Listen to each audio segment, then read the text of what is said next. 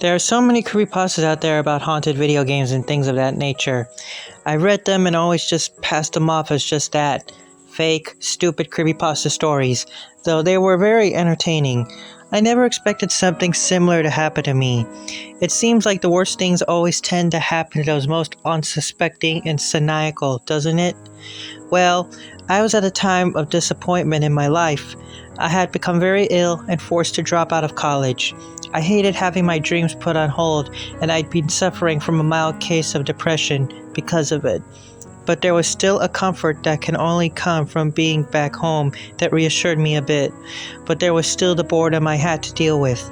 No job, no college, and I hate to say it, but little friends. Most still in college themselves, made each day drag by. The days spent watching TV and old VHS movies in that familiar living room gave me some inspiration to find a way to ease my ever-increasing tedium. My VHS and DVD library had dwindled down to only my old worn-out Disney movies left on watch, so I decided to watch one of my all-time favorites, The Lion King. The colorful, cute lion cubs reminded me of an almost forgotten piece of my past. It was the old 1994 Lion King PC video game I used to play constantly as a child. My mom and I used to spend hours trying to win that old game. The flood of old memories sent me walking to my old bedroom to the ancient computer that still sat on the desk in the corner. I'd been so proud of that old computer when I first bought it. At the age of 11, I'd save up enough of my allowance to buy it myself. It was heartwarming to see the old startup screen and hear the old jingle as Windows XP started up. The bulky old compact Presario grown to life, and I clicked the start button to search for my old games. Sadly, the game folder was barren and empty. Disappointed, I walked in to ask my mom what happened to all our games. She looked a little sad, probably seeing the dissatisfaction in my eyes.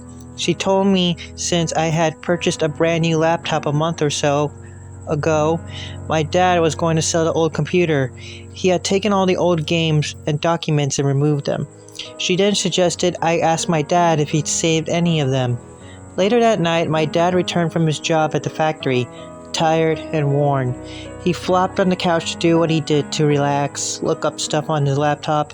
So I walked over and asked him what the fate of my childhood memories had been.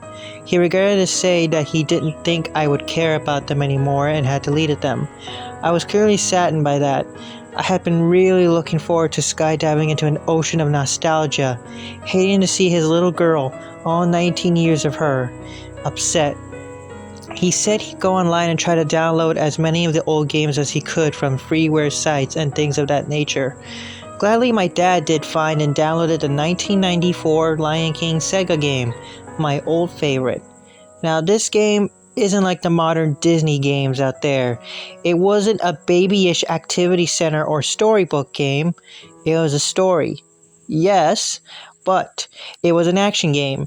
The gist of it was that you started out as young Simba as he defeats innocent villains and animals such as chameleons, porcupines, frogs, spiders, vultures, and the harder villains, hyenas. Young Simba could defeat these adversaries by simply jumping on them, except the porcupines. He had to growl to flip them over, then jump on them.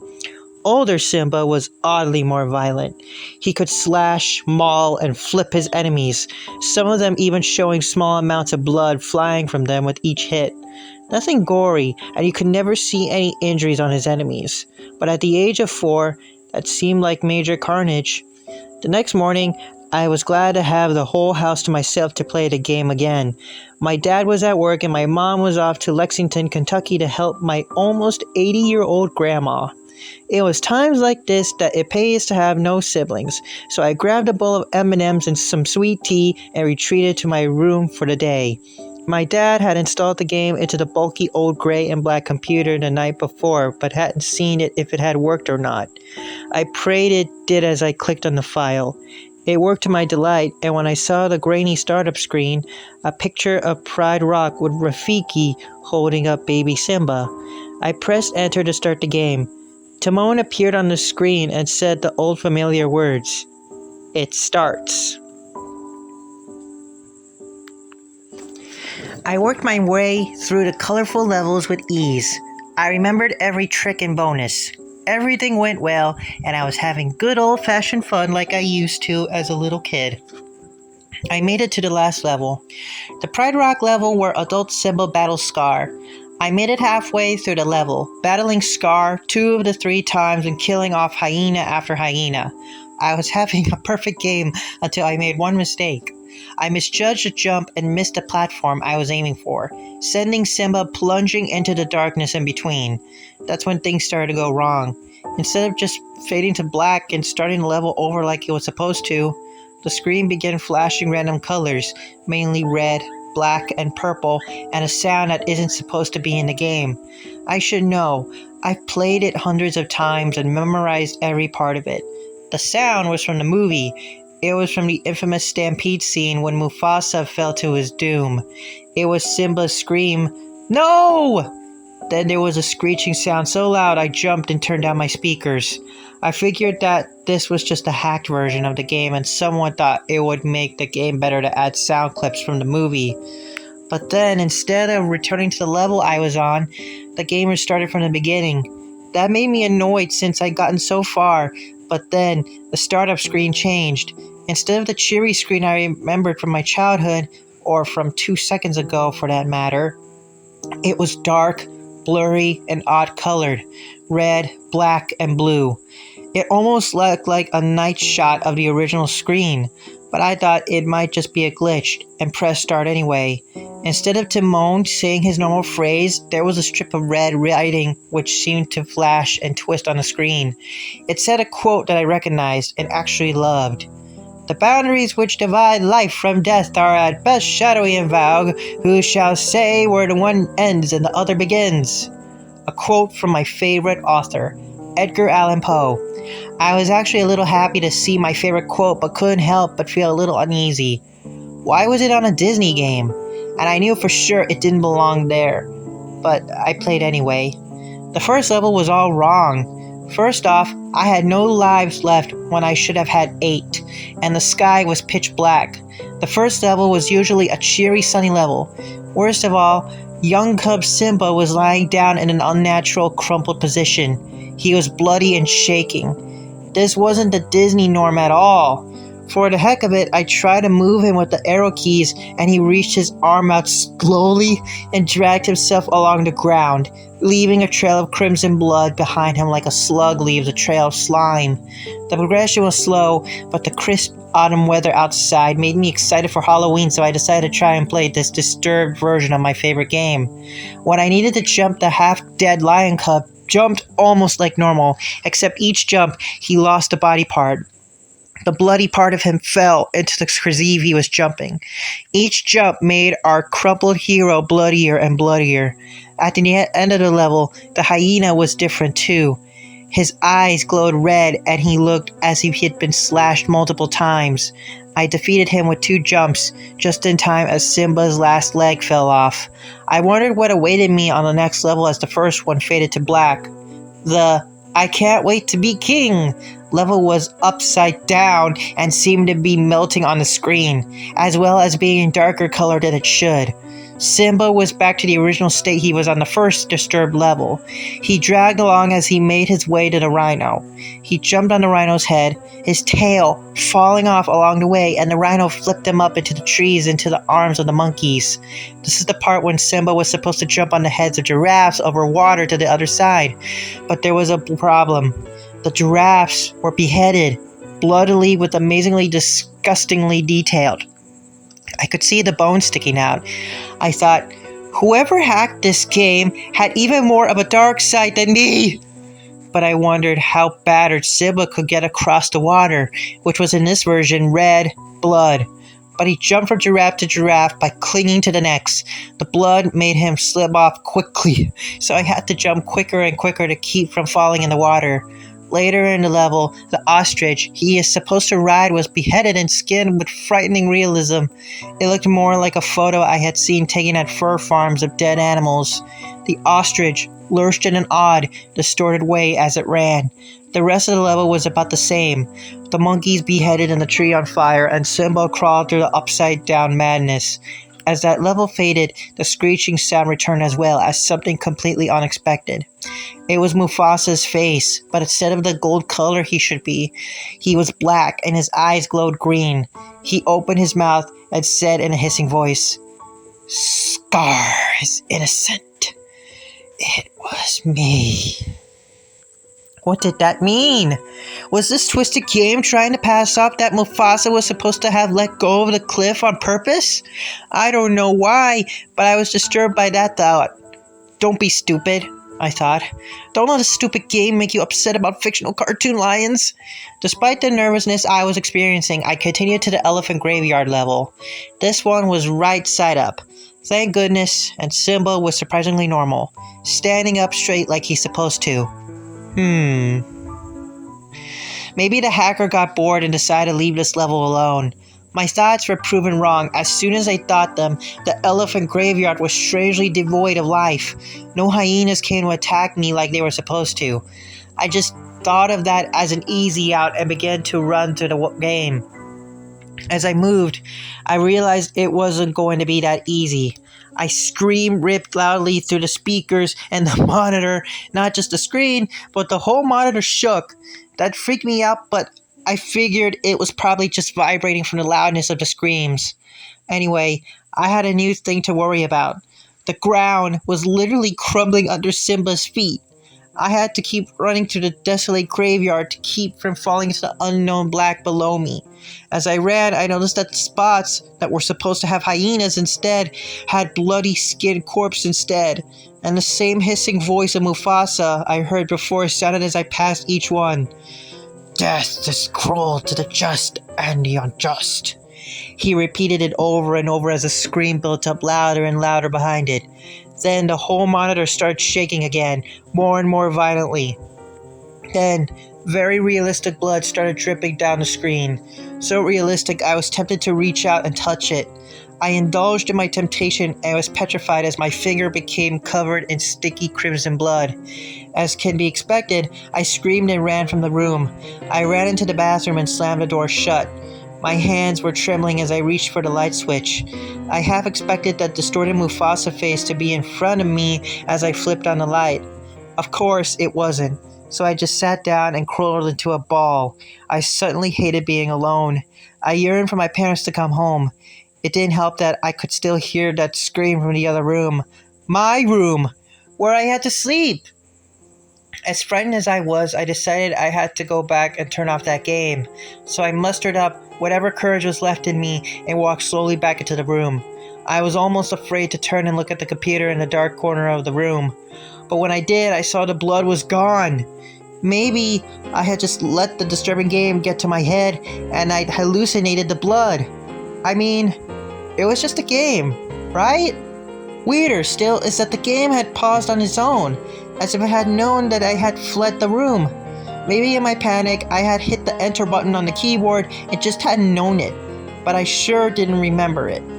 That thought was proven false as soon as my bottom made contact with the seat, for as soon as I sat down, the game started up.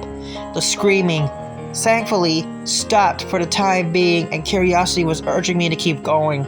I knew my dad would take away the defective game off as soon as he heard about it, so this was my only chance to see what happened next. So I kept going. I finished the crumbling elephant graveyard level and prepared for the stampede level, and whatever dark twist was next. But to my surprise, everything was normal in this level. The sky was blue and the rocky canyon was a bright tan, just as I remembered it. Half of me was thankful and the other half, the darker half I hide from most people, was bored. It was at the end of the level that things changed. After Simba escaped the wildebeests, the screen cut to MLG banter black abruptly and then continued to play a scene from the movie. Well, sort of. It was the scene where Mufasa was climbing up the rocks after saving Simba from the stampede. But then something different happened.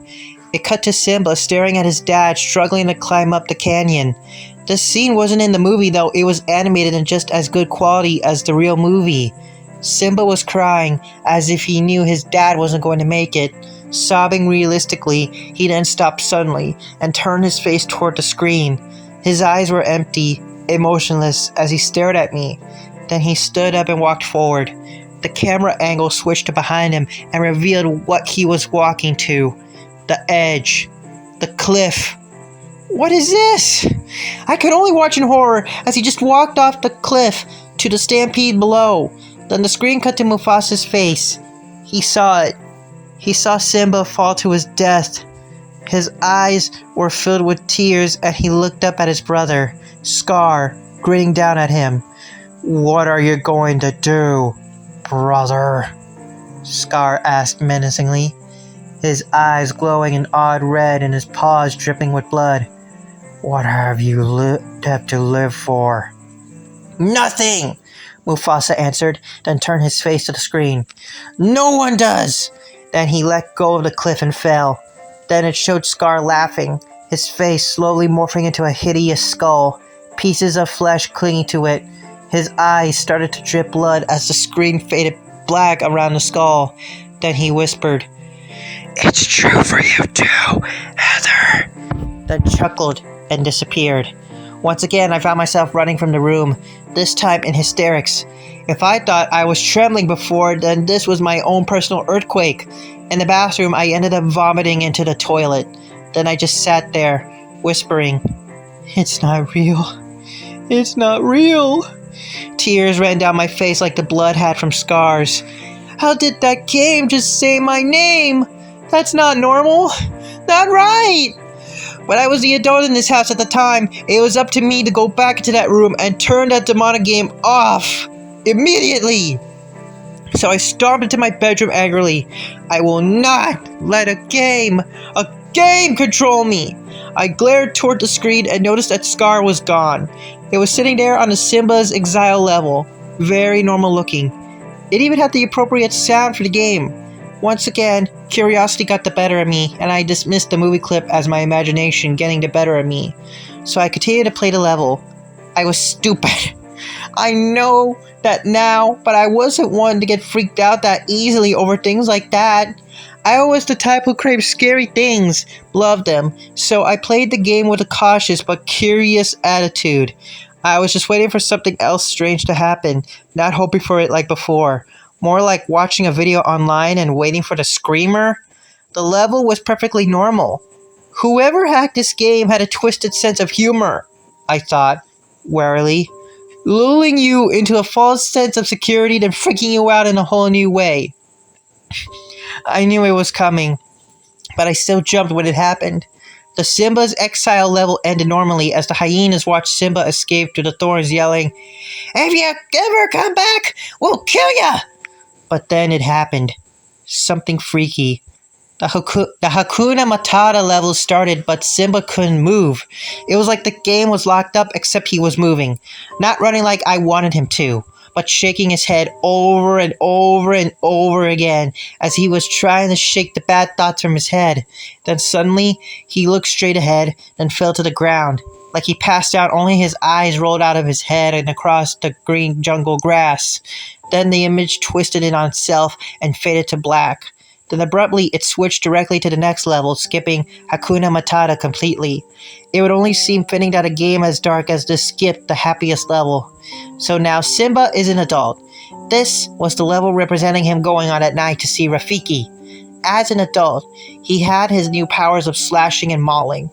I mentioned before the brief, mild violence that normally was in the adult Simba levels. Well, this was much, much worse. When Simba mauled a leopard, the leopard was ripped to pieces, and its body was left in a bloody mess, in pieces piled on top of each other. Each one he killed off was murdered in the same malicious, violent way. I should have known something like that was coming. Then at the end, when he found Rafiki at the pool of water and Mufasa appeared in the sky, Simba started shaking. Not randomly, but in a pattern, and sobs sounded and beat to the shakes. Then, Mufasa reached down and opened his mouth wide, and Simba just walked in and disappeared. Rafiki then looked into the screen and whispered, "The circle of life is a lie. All die, all perish. Your time is drawing nearer." At least, he didn't say my name again. That was a relief. The game skipped 2 whole levels, and I found myself at the start of the last level. Pride Rock. It seemed normal until I moved Simba forward instead of immediately fighting Scar as he is supposed to. He just ran through an empty level. No hyenas, no fire, no Scar. It was like this until I got to the very top of Pride Rock, where Simba and Scar are supposed to have their final battle. I was shocked at who was waiting at the top. Mufasa? He didn't even have a character in the game. I wondered for a second if I was supposed to fight him. He was Simba's father after all, but Mufasa leapt onto Simba and began to maul him, violently, ripping off Simba's right foreleg. He flung the leg off of Pride Rock. I moved Simba and he hobbled to his dad and jumped, mauling him as well. The battle was pretty even, Mufasa and Simba ripping off piece after piece of each other. After about 10 minutes of fighting, I lost control of them. Nothing I did affected the fight. They were fighting on their own now. Suddenly, Simba jumped into his father, causing them both to somersault off the edge of Pride Rock to their doom. Then, the screen flashed several times. The screen returned, and the screen switched to a very realistic picture of Mufasa and Simba's mangled bodies lying in a heap under Pride Rock. Then, the screen twisted on itself again, and Scar's skull appeared in front of the picture. I screamed when the skull spoke. Heather, Satan lives in the depths of each good soul. You can't escape him. You can't fight him. Give up before he tears you apart. Then the screen flashed and showed a new picture. It was me, sitting in front of the screen. Then the computer went black and shut off. As much as I tried, the computer wouldn't turn on again. I still can't get it to turn on. Every night I see those images, I hear those words. Give up before he tears you apart. Sometimes in the middle of the night, I look at the computer and that skull is there on the screen. I can feel something in my house now. It's present. My mother and father can't feel it. Their innocence hasn't been taken from them as mine has. This is why I'm writing this. My dreams have turned to nightmares. My sweet memories into traumatizing ones. Nothing is left of me anymore, and I'm going to take Scar's advice. These are my last words, and I feel compelled to ask you, what are you going to do? What do you have to live for?